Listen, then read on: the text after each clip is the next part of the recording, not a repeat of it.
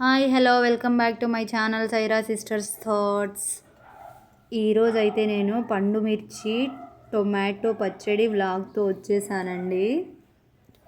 దీనికోసమని ఒక పావు కేజీ పండు మిరపకాయలలో బాగా పండిన ఒక 4 టొమాటోస్ని తీసుకున్నాను. స్టవ్ వెలిగించుకొని కడాయి పెట్టుకొని దీంట్లోకి అయితే ఆయిల్ యాడ్ చేసుకున్న తర్వాత పండు మిరపకాయలని ఒక 2 పీసెస్ లాగా చేసుకొని మంచిగా ఫ్రై చేసుకోవాలండి. ఇవి ఫ్రై అవుతున్న క్రమంలో 4 టొమాటోస్ని 4 పీసెస్ లాగా కట్ చేసి పక్కన పెట్టుకున్నాను. ఇక్కడ పండు మిరపకాయలు మంచిగా మనకు ఫ్రై అవుతున్నాయి. ఈ పికిల్ అంటే నాకు చాలా ఇష్టం అండి. నాకు ఎప్పుడైనా హెల్త్ బాగాలేనప్పుడు నేనైతే ఈ పికిలే చేసుకుంటాను. చాలా టేస్టీగా ఉంటుందండి. ఎప్పుడైనా కూడా మనకు ఫీవర్ వచ్చినా ఏదైనా ఉన్నా మా పిల్లలకి కూడా హెల్త్ బాగాలేనప్పుడు మా పిల్లలు కూడా అడుగుతారు. ఇట్లా మంచిగా ఫ్రై అయిన తర్వాత మిక్సీ జార్లో వేసుకొని గ్రైండ్ చేసుకోవాలి. నెక్స్ట్ అదే కడాయిలో మనం కట్ చేసి పెట్టుకున్న టొమాటో పీసెస్ ఉన్నాయి కదండి, ఆ టొమాటో పీసెస్ని అయితే మంచిగా ఉడికించుకోవాలి. ఇవి ఉడుకుతున్న క్రమంలో దీంట్లో అయితే లైట్గా పసుపు యాడ్ చేసుకోవాలి. చాలామంది పచ్చళ్ళలో పసుపు అవాయిడ్ చేస్తారు, కాకపోతే మేము ఏ పచ్చడిలోనన్నా పసుపు కొద్దిగా యాడ్ చేసుకుంటాము.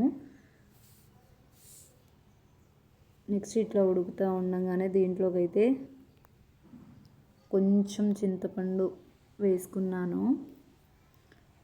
కావాలంటే వేసుకోవచ్చు, లేకపోతే లేదు. ఇక్కడ అయితే పండు మిరపకాయలని ఇలా గ్రైండ్ చేసుకోవాలి, మరీ మెత్తగా చేసుకోకుండా. కొంచెం సాల్ట్ కూడా వేసుకొని గ్రైండ్ చేసుకున్నాము. నెక్స్ట్ ఈ ఉడుకుతున్న దాంట్లో చింతపండు వేసుకుంటాం అన్నాను కదా, వేసుకుని ఉడికించుకున్నాను. ఉడికిన తర్వాత చల్లారాక మిక్సీ జార్లో వేసుకొని దీన్ని కూడా మిక్సీ చేసి పట్టుకోవాలండి.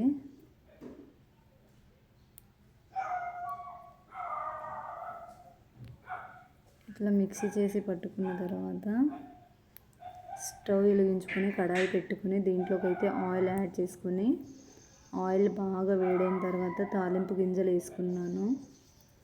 తాలింపు గింజలు వేసుకున్న తర్వాత 2 ఎండుమిరపకాయలు వేసుకున్నాను. నెక్స్ట్ ఎల్లుల్లిపాయలు వేసుకొని బాగా వేగిన తర్వాత తాలింపు కరివేపాకు వేసుకున్నానండి.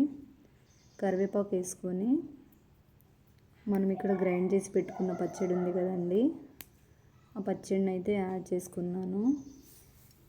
ఇలా యాడ్ చేసిన తర్వాత 5 to 6 minutes పాటు ఉడికించుకోవాలి.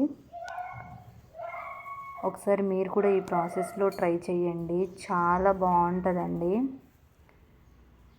మామూలుగా మనం పిల్లలకి హెల్త్ బాగాలేనప్పుడు ఏం పెట్టాలని ఆలోచిస్తూ ఉంటాం కదా, అలాంటి టైంలో ఇది చేసుకుని ఒక 1 week పాటు ఫ్రిడ్జ్లో పెట్టుకుంటే మంచిగా నిల్వ ఉంటుంది, టేస్టీగా ఉంటుంది. పిల్లలు కూడా ఏం అవ్వదు, ఎంత తిన్నా ఏం కాదు. మేమైతే ఇక్కడ తినడానికి రెడీ చేసుకున్నాము. Please like, share, subscribe my channel. Thank you.